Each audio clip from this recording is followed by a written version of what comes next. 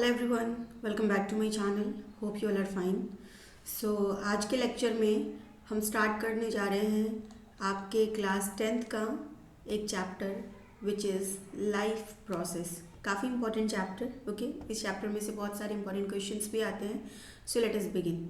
Life process क्या होता है? लाइफ प्रोसेस जो है वो बेसिक प्रोसेसेस होते हैं लिविंग ऑर्गेनिज्म के बॉडी के अंदर, जो कि नेसेसरी हैं फॉर मेंटेनिंग देयर लाइफ।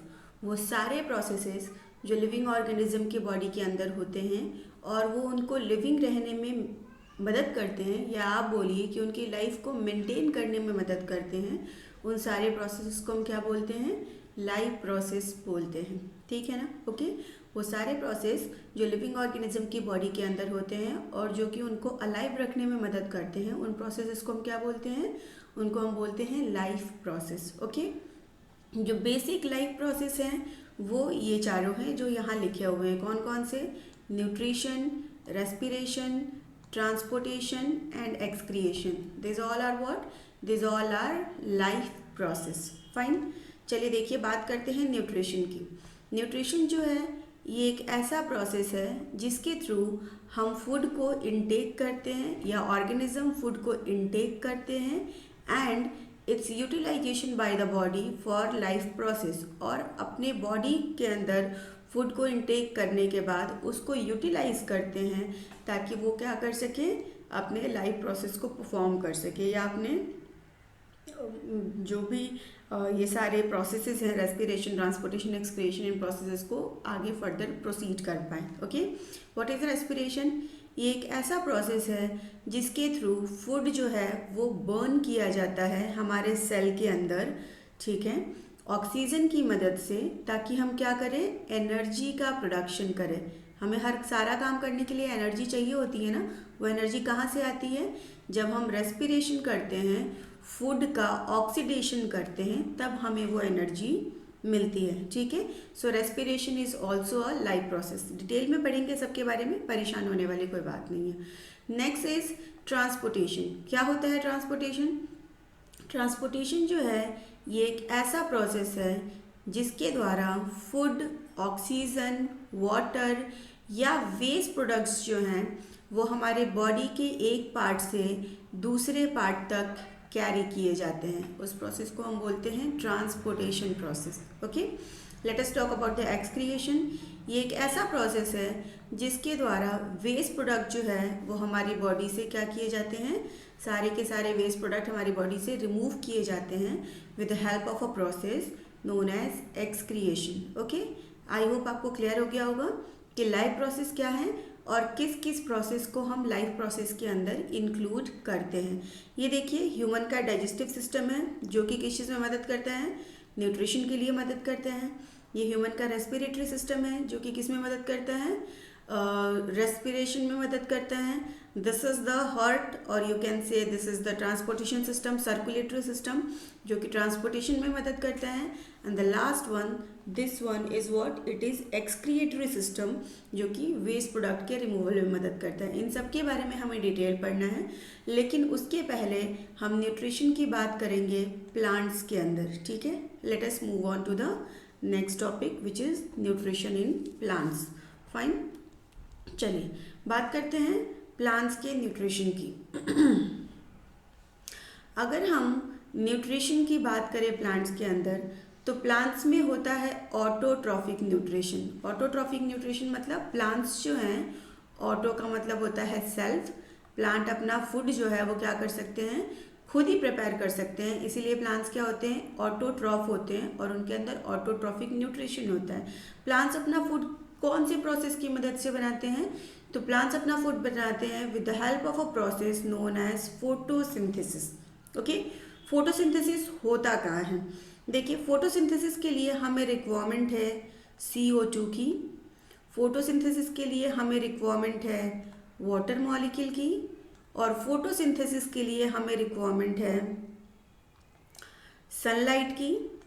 और इसके अलावा एक पिगमेंट होता है जिसको हम बोलते हैं क्लोरोफिल पिगमेंट, जो कि ग्रीन प्लांट्स के अंदर होता है। इन सारे चीज़ों की हमें रिक्वायरमेंट है for the process of photosynthesis. Okay, CO2 कहाँ से मिलेगा? प्लांट्स के अंदर एक ओपनिंग होती है जिसको हम बोलते हैं stomata. Here is the structure stomata. ठीक है, ये स्टोमेटा जब ओपन होता है तो इसके थ्रू प्लांट्स जो हैं वो क्या करते हैं, CO2 को अपने अंदर इनटेक कर लेते हैं। ओके, और इनके बॉडी के अंदर जो भी ऑक्सीजन बना होता है उसको रिलीज आउट कर देते हैं। ठीक है, with the help of stomata CO2 intake हो जाएगा प्लांट्स के अंदर। ओके, वाटर कहाँ से आएगा भाई? वाटर कहाँ से आएगा? हम प्लांट्स के अंदर वाटरिंग करते हैं ना, तो दिया तो हमने वाटर, तो ये भी एक चीज़ मिल गई। सन से सनलाइट आ जाएगी और क्लोरोफिल मॉलिक्यूल ग्रीन प्लांट्स के लीफ के अंदर प्रेजेंट होता है। जैसे देखिए ये आपके एक लीफ का TS है। Okay, this is a leaf TS। ये अपर लेयर जो है इसको हम बोलते हैं वैक्सी क्यूटिकल की लेयर। ओके, जो कि क्या करता है, जो कि आपके प्लांट को ट्रांसपीरेशन से बचाता है। ठीक है, वाटर लॉस रोकता है। नेक्स्ट देखिए, इसके बाद ये आपकी यहाँ पे मिजोफिल लेयर है। ये वाली जो लेयर दिखाई दे रही है, this is what, this is mesophyll layer. उसके अंदर ये जो डॉट डॉट लाइक स्ट्रक्चर है ना, ये आपका क्या है? ये है आपका क्लोरोप्लास्ट। ठीक है, this is what, this is the chloroplast. और इसी क्लोरोप्लास्ट में क्लोरोफिल पिगमेंट होता है जो कि मदद करता है रेस्पिरेशन के लिए। कई बार ये भी सवाल पूछा जाता है कि क्लोरोप्लास्ट कहाँ पाया जाता है, तो आप बोलेंगे लीफ के मेसोफिल सेल के लेयर में आपको क्लोरोप्लास्ट जो है वो देखने को मिलेगा। ठीक है, तो यहाँ पे आई थिंक आपको समझ आ गया होगा कि ये सारी चीज़ें प्लांट्स कहाँ से ले रहे हैं। देखिए सनलाइट कहाँ से आ रही है? सन से आ रही है। कार्बन डाइऑक्साइड यहाँ से गैसेस एक्सचेंज करके ले रहे हैं। वाटरिंग हम करते ही हैं प्लांट्स को, तो प्लांट्स को वाटर मिल चुका है। इस तरीके से वो क्या करेंगे, अपनी सारी जो रिक्वायरमेंट है फोटोसिंथेसिस के लिए उसको कंप्लीट कर लेंगे। ठीक है, नेक्स्ट इसके बाद क्या होगा? इसके बाद हम बात करते हैं फोटोसिंथेसिस की प्रोसेस की। तो प्लांट्स में जो फोटोसिंथेसिस का प्रोसेस है वो होता है 3 स्टेप में। ठीक है, 3 स्टेप है जिसमें आपका क्या होता है, फोटोसिंथेसिस का प्रोसेस होता है। स्टेप नंबर 1 क्या है? Absorption of light energy by chlorophyll. Plant के लीफ के अंदर, यहाँ हमने देखा था ना, ये जो लीफ है इसका जो मेसोफिल सेल है उसके अंदर क्लोरोप्लास्ट है। क्लोरोप्लास्ट के अंदर क्लोरोफिल मॉलिक्यूल प्रेजेंट है। तो वो जो क्लोरोफिल मॉलिक्यूल है वो क्या करेगा, अब्जॉर्ब करेगा सनलाइट की एनर्जी को। ठीक है, absorption of sunlight energy by chlorophyll molecule, step number 1। ठीक, स्टेप नंबर 2 में क्या होगा, जो लाइट एनर्जी क्लोरोफिल ने अब्जॉर्ब की है उसको क्या करेगा, कन्वर्ट करेगा उस लाइट एनर्जी को केमिकल एनर्जी में। ठीक है, एंड उसके अलावा और क्या करेगा, वाटर मॉलिक्यूल का स्प्लिटिंग करेगा ताकि हाइड्रोजन और ऑक्सीजन बन सके। क्या होगा, ये आपका है H2O, इसका स्प्लिटिंग होगा ताकि H positive plus OH negative ions जो हैं वो बन सके। यहाँ से ऑक्सीजन भी रिलीज हो जाएगा, oxygen molecule if in case form हुआ तो। समझ आ रही है बात? थर्ड स्टेप में क्या होगा, जो कार्बन डाइऑक्साइड है उसका रिडक्शन करके क्या बना दिया जाएगा, कार्बोहाइड्रेट बना दिया जाएगा। CO2 जो है आपका CO2 get reduce to carbohydrate C6H12O6। Okay, clear?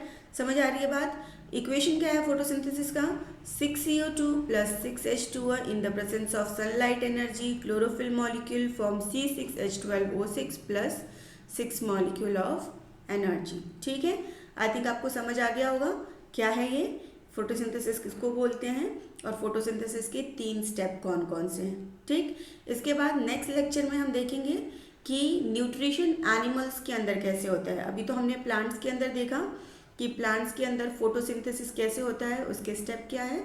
बाद में हम एनिमल्स के अंदर न्यूट्रिशन देखेंगे। पहले अमीबा का न्यूट्रिशन देखेंगे और उसके बाद ह्यूमन का न्यूट्रिशन देखेंगे। Okay, so that's all guys, bye bye and take care.